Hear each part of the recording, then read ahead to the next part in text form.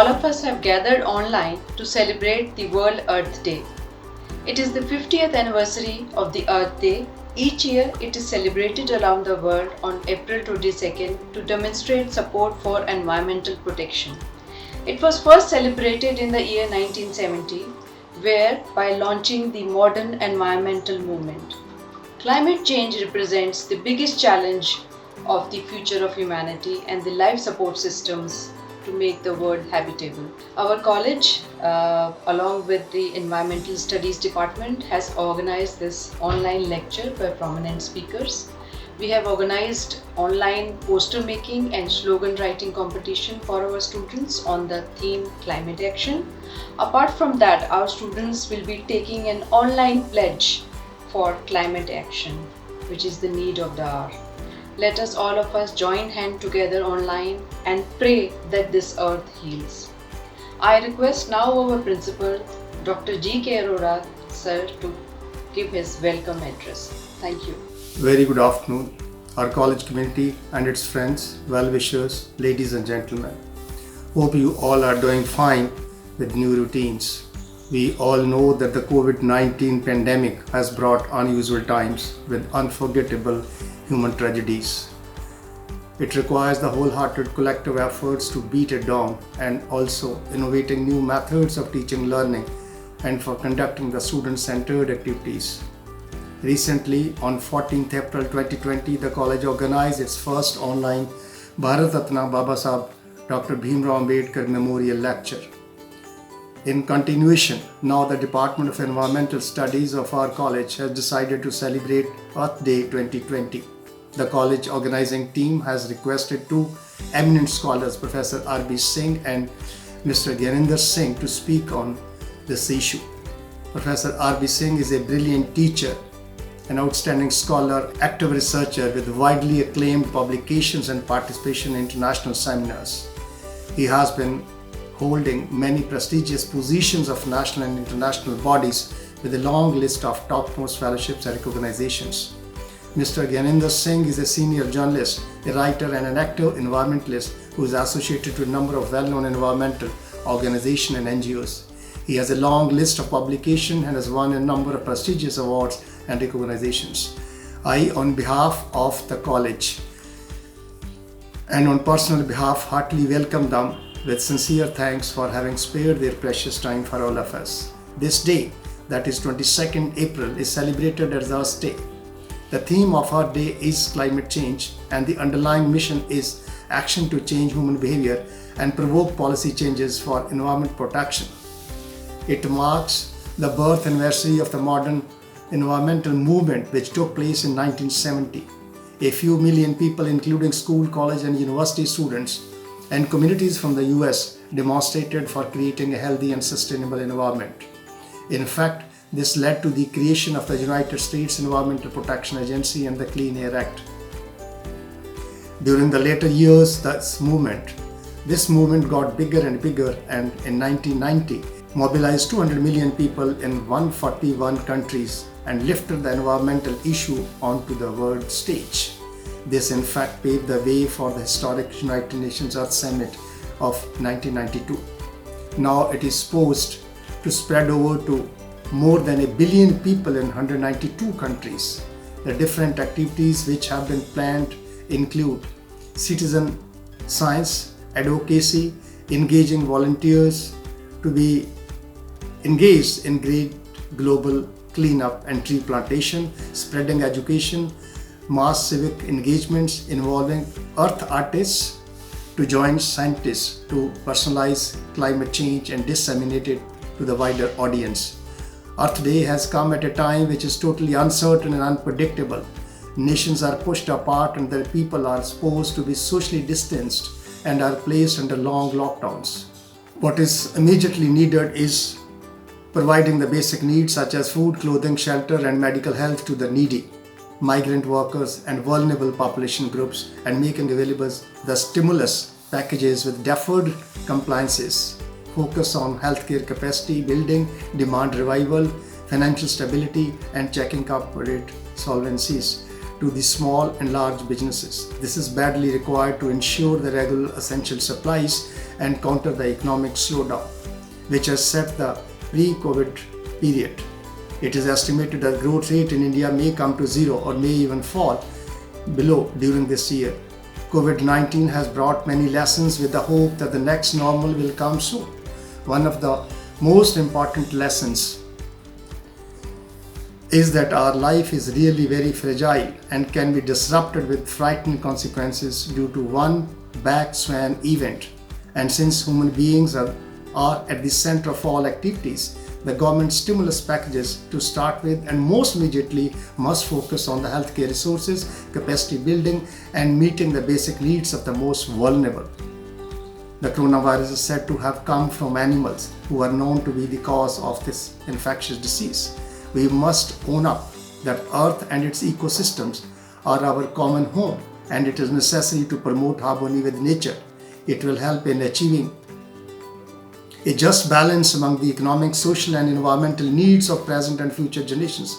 However, the unsustainable consumption and production patterns and utter human disregard and treating nature as a commodity for the benefit of people has led to a tangible loss of biodiversity and natural resources. Consequently, the natural cycles, ecosystems, and life-supporting processes have been disrupted, leading to adverse consequences for the human health and the carrying capacity of Earth. Like COVID-19, climate change through its anthropogenic effects can impact all regardless of the race, religion and country and every aspect of socio-economic life. But its solution also lies largely with affected individuals. In the post-COVID-19 situation, nations are expected to bind themselves together to work out global scale approaches to handle healthcare systems which can protect us from climate change and also for more sustainable model for production, consumption and the economy to evolve a new relationship with the earth for the benefit of humankind and its existence. It is also because research has shown that there exists a relationship between human, animal and environmental health, and the rise in temperature and future climate changes may turn out to be the major cause of emerging infectious diseases, which could raise the risk of future epidemics. India is among the most vulnerable countries, more so given its low per capita income, social inequality and heavy reliance on agriculture. Besides, we are a home to 21 of the world's 30 most polluted cities and do not have high ranks in global indexes related to environment performance, human development, gross happiness and inclusiveness. And our socio-economic realities are also distressing. A country that aims high to become the $5 trillion economy by 2024 and being the leader in the implementation of the Paris Agreement on climate change, and also known for its sustainable development initiatives, India can use the post-COVID-19 situation to rebuild its economy based on principles of circular economy with low carbon and resource efficiency built into our political economy federal structure. Education has to be used as a potent tool, given its defining role in simplifying the complex relationship that exists among humans, nature and civil society dealing with the political economy of climate change. It also required to build up the political will to take bold and urgent actions for maximizing the change of strong recovery. It is said that time has come to closely share these concerns with the children, family and friends and community while building the intergenerational dialogues. This will bring a change in the routine behavior, action and the required individual contribution towards this planet and its people. Let's pledge ourselves to be a part of the International Mother Earth Day movement to drive mindset and behavioral changes to promote harmony with earth and nature, which gives us physical sustenance with an opportunity of economic, social, intellectual and spiritual growth. With these words, I, on behalf of the college family and on personal behalf, once again thank Professor R.B. Singh and Mr. Gendra for having kindly spared their precious time. Thanks also to our college organizing team led by Dr. Monica, Dr. Jitendra, Dr. Kumar, further supported by Shri Ramkumar, Parveen, Vishkarma, Shri Ratndeep, Shri Ilam Singh, Dushyant, Sunil and their teams. Thanks. The first speaker for our Earth Day celebrations is Professor R.B. Singh. He is presently the Chair, Research Council, CSIR, Institute, Mysore, Government of India.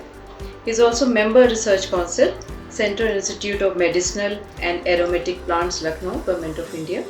He is a member of International Council of Science, a prestigious scientific committee on health and well-being in changing urban environment, regional development, disaster management and remote sensing and GIS. He has to his credit around 13 books and 33 edited research volumes and more than 200 research papers in national and international journals. He has supervised around 80 MPhil students and 33 PhDs. And it is my proud privilege that I am also done my PhD under Professor R.B. Singh. It is my great honor and privilege. Today we are going to discuss a very important topic, climate change and its linkage with COP21, taking empirical evidences from India. Climate change is a reality now. Whatever sign and signals we are getting from different parts of the world. And more specifically, I would like to mention our own study coming from megacities, some part of Himalaya. I can say that we are getting clear-cut trend for increasing temperature. Global community realized this problem, and under the umbrella of WMO, we have WCRP, World Climatic Change Research Program, and a baby of WCRP like a IPCC, Intergovernmental Panel on Climate Change, also came into existence. Various good reports were prepared, but it is very important for different countries to participate in the process of climate change mitigation and adaptation process. At present, at Paris, most of the states are negotiating with each other for moving towards more better future Earth for our next generation.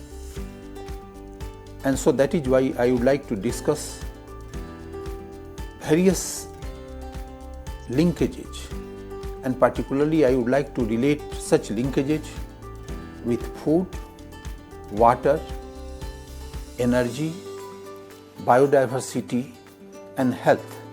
These all are very much interlinked with each other, and climate change cannot be isolated from this. Climate provides basis for ecosystem services, but climate change also restricts our future development process. Further elaborating this, I would like to first understand what is climate change. Or more specifically, I would like to understand the process of climate change.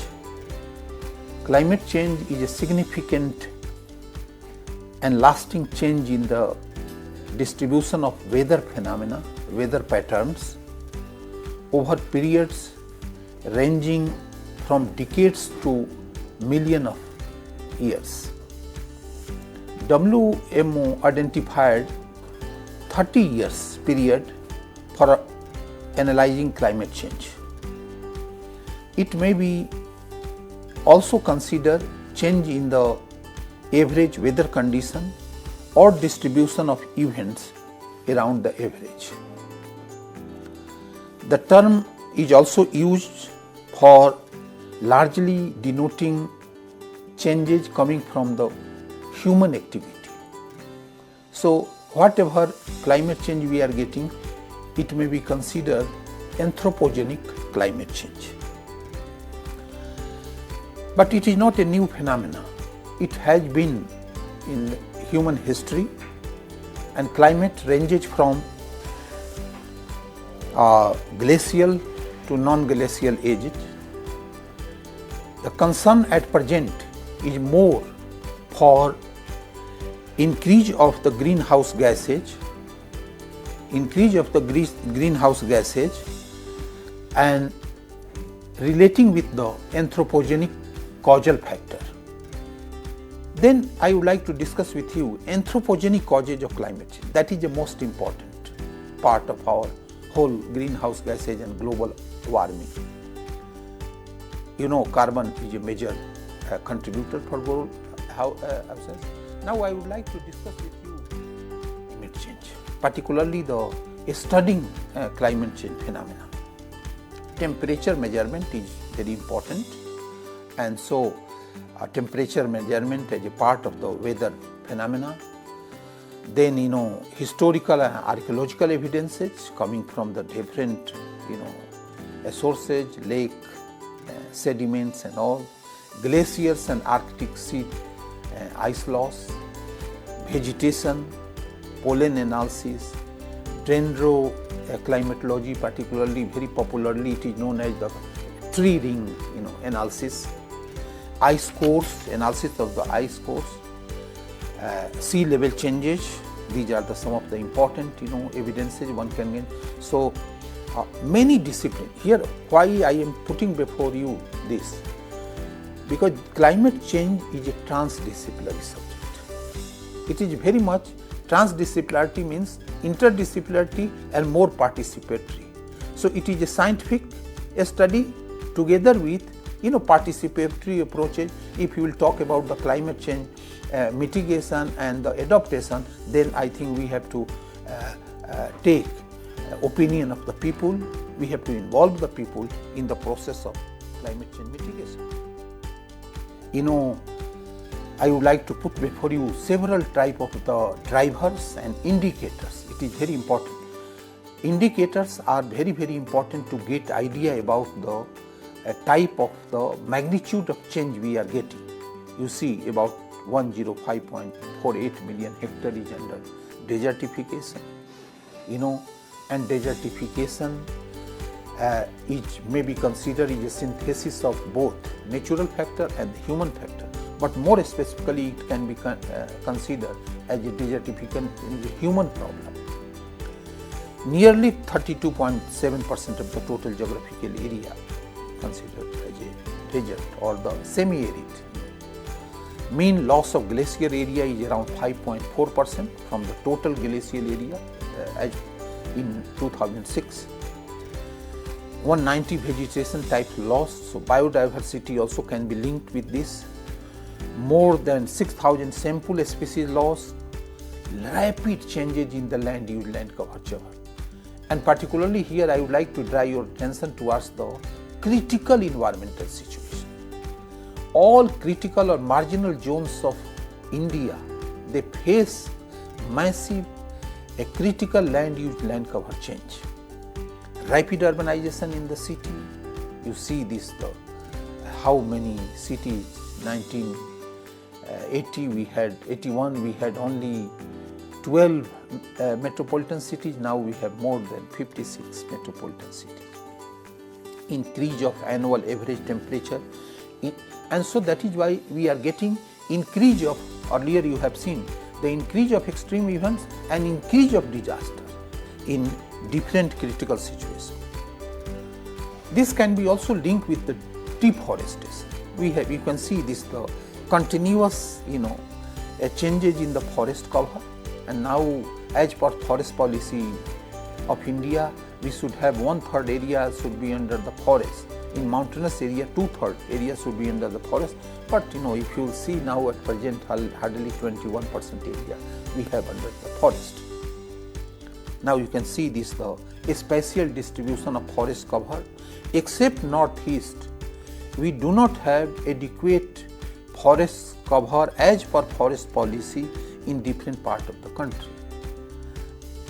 And this can be linked with the intensive land use, and intensive land use can be linked with the rapid population growth.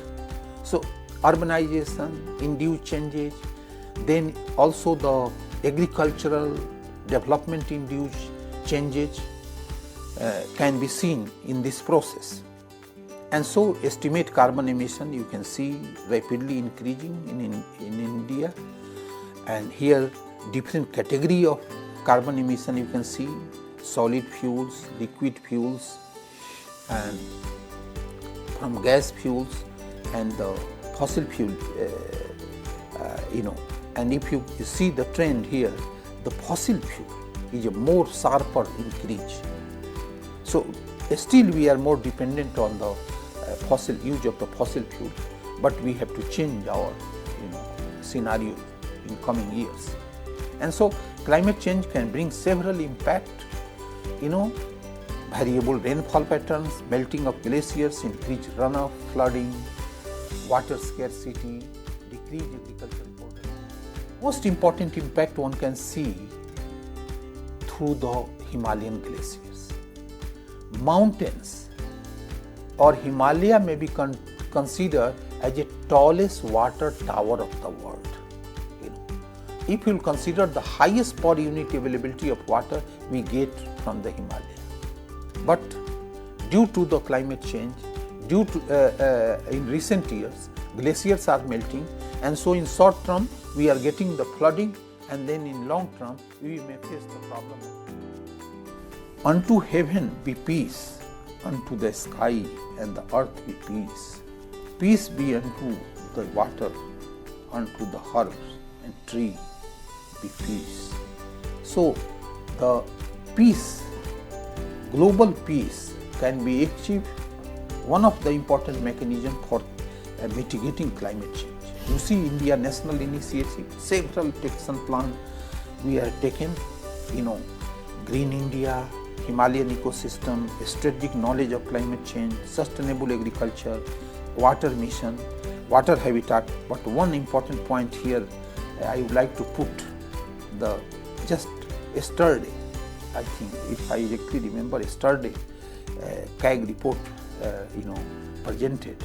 And according to the CAG report, the national achievement for purchase of electricity from renewable energy sources 2012-13 and 13-14 was only 4.28 and 4.5% respectively.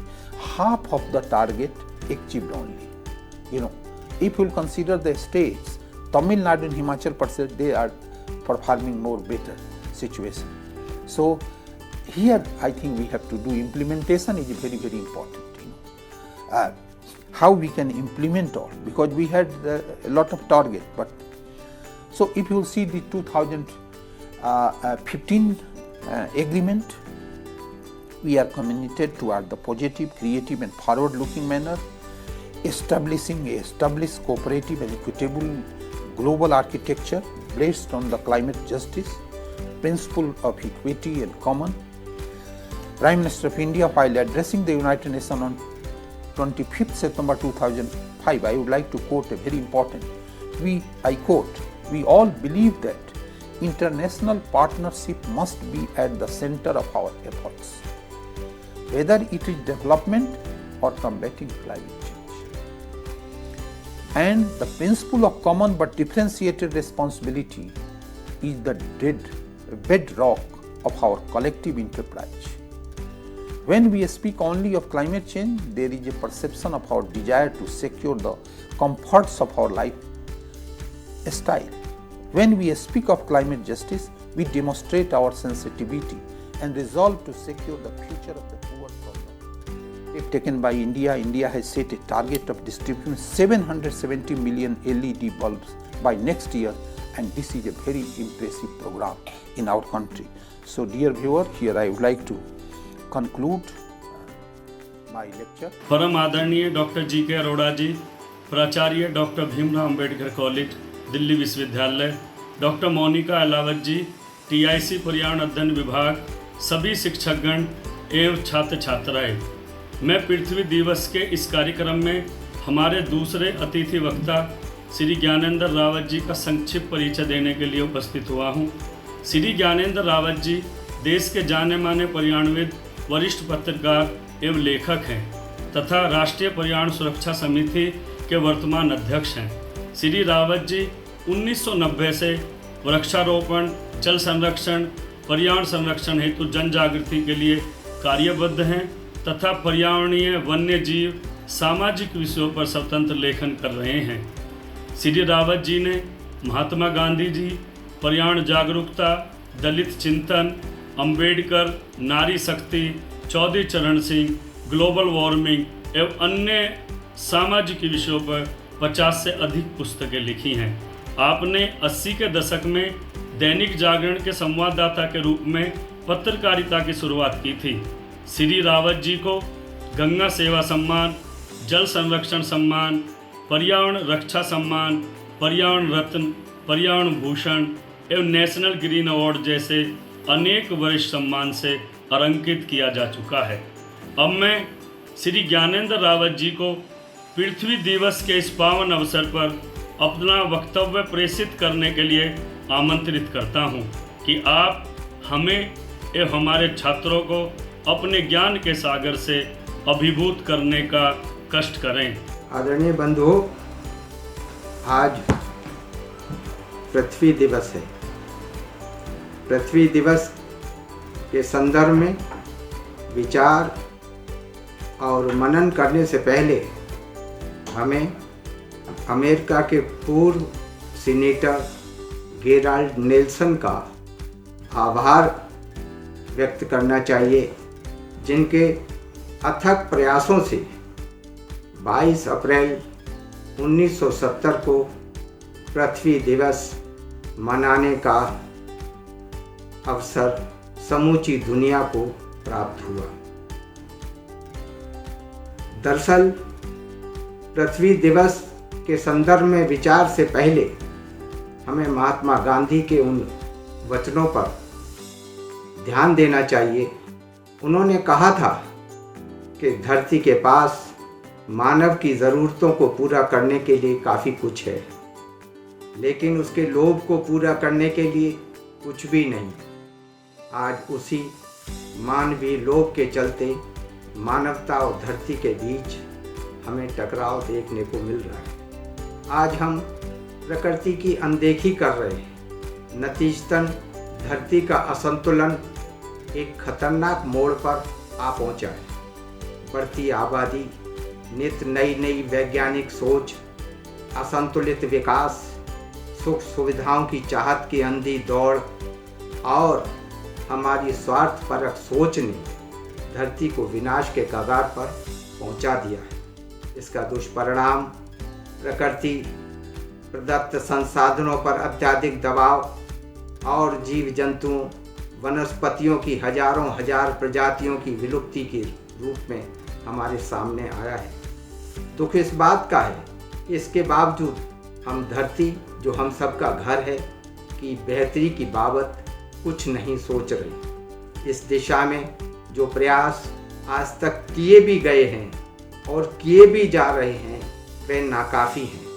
हम ये कदापि नहीं सोचते कि हम अपने स्वार्थ के वशीभूत होकर इस धरती को कितना नुकसान पहुंचा रहे हैं और जिसकी भरपाई आसान नहीं है। देखा जाए तो हमारी धरती तकरीब 4.5 अरब साल पुरानी है। शुरुआती सालों के अध्ययन से यह साफ है कि उस दौरान हुए बदलावों का सिलसिला क्रमिक रूप से धीरे धीरे जारी रहा है। उनमें महाद्वीपों के खिसकने, बर्फ की परतों के कमज़ोर होने, कुछ प्रजातियों की उत्पत्ति, कुछ के विकास और कुछ की हमेशा के लिए विलुप्ति का यह सिलसिला धीरे धीरे आगे बढ़ता रहा है। लेकिन बीते दशकों में जो बदलाव हमारे सामने हुए हैं और जो हमें देखने को मिले हैं, उसने समूची दुनिया को हैरत में डाल दिया है। इस बारे में भूवैज्ञानिकों की स्पष्ट राय है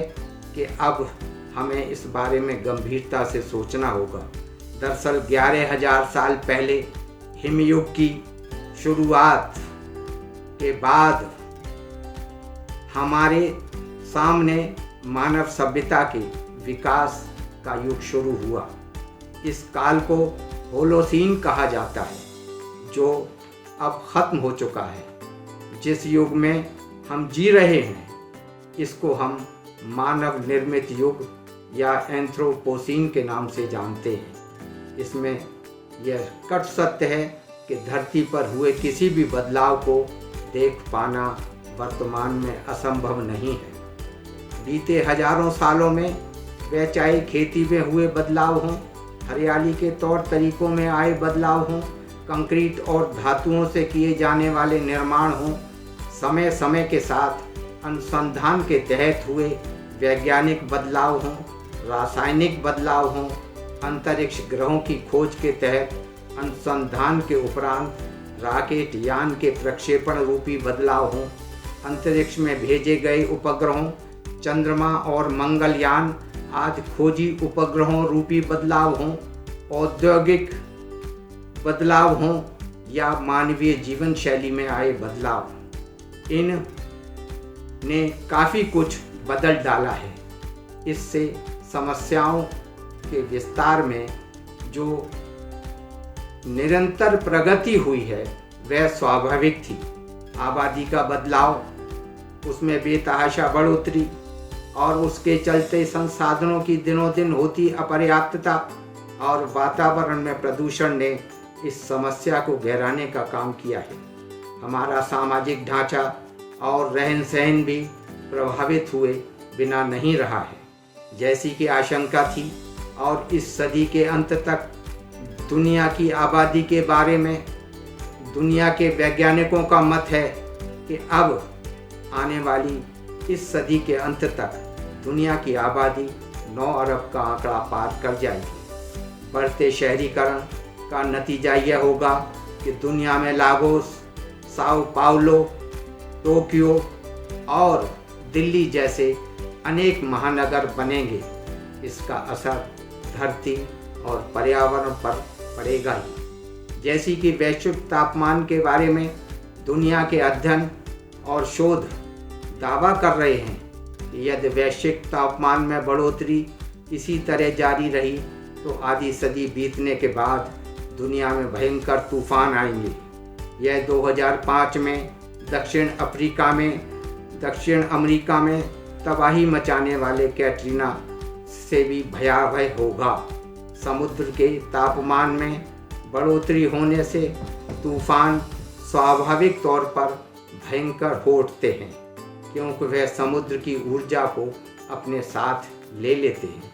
इन तूफानों से भारी वर्षा होती है। कारण वैश्विक ताप के कारण हवा में जल वाष्प बन जाता है।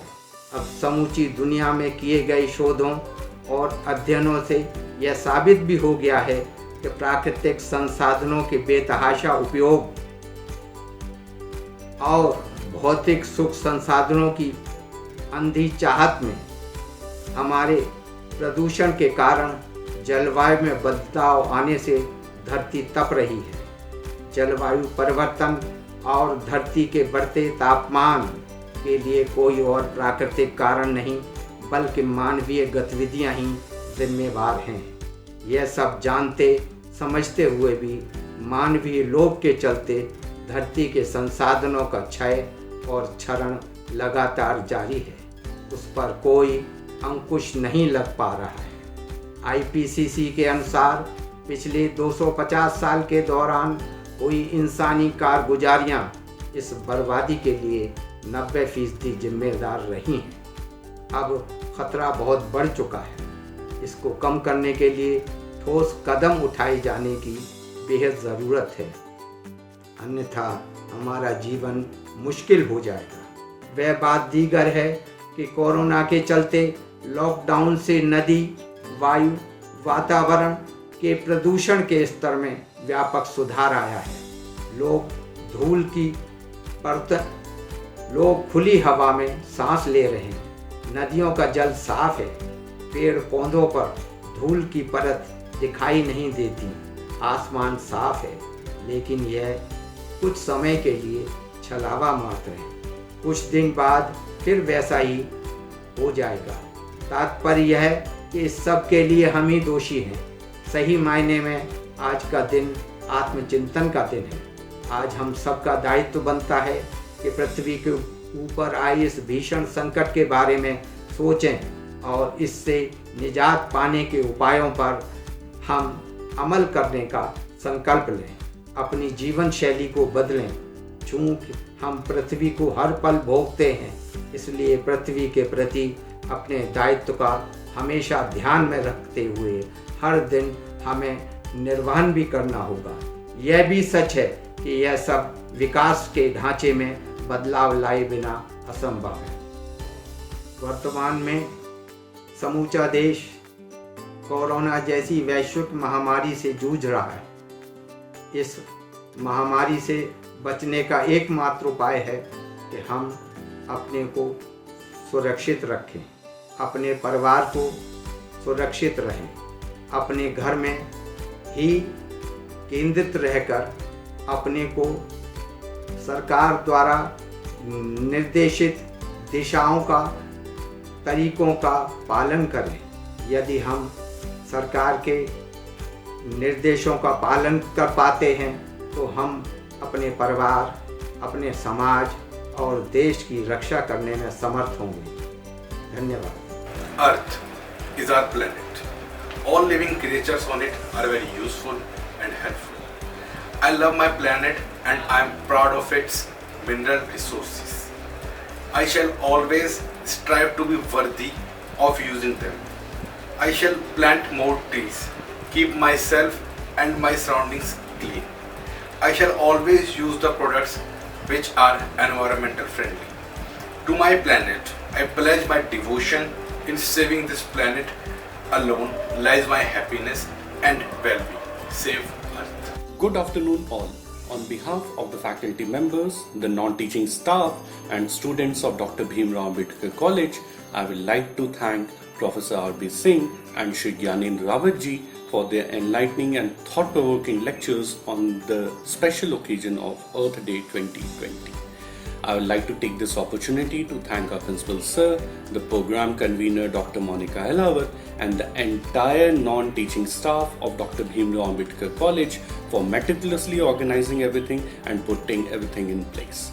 I would like to also thank all the participants who have participated in the celebration of Earth Day 2020 in the form of posters, slogans or any other activities and have contributed in some way or the other. Let us all pledge to make this planet a safe and habitable planet for all. Thank you very much.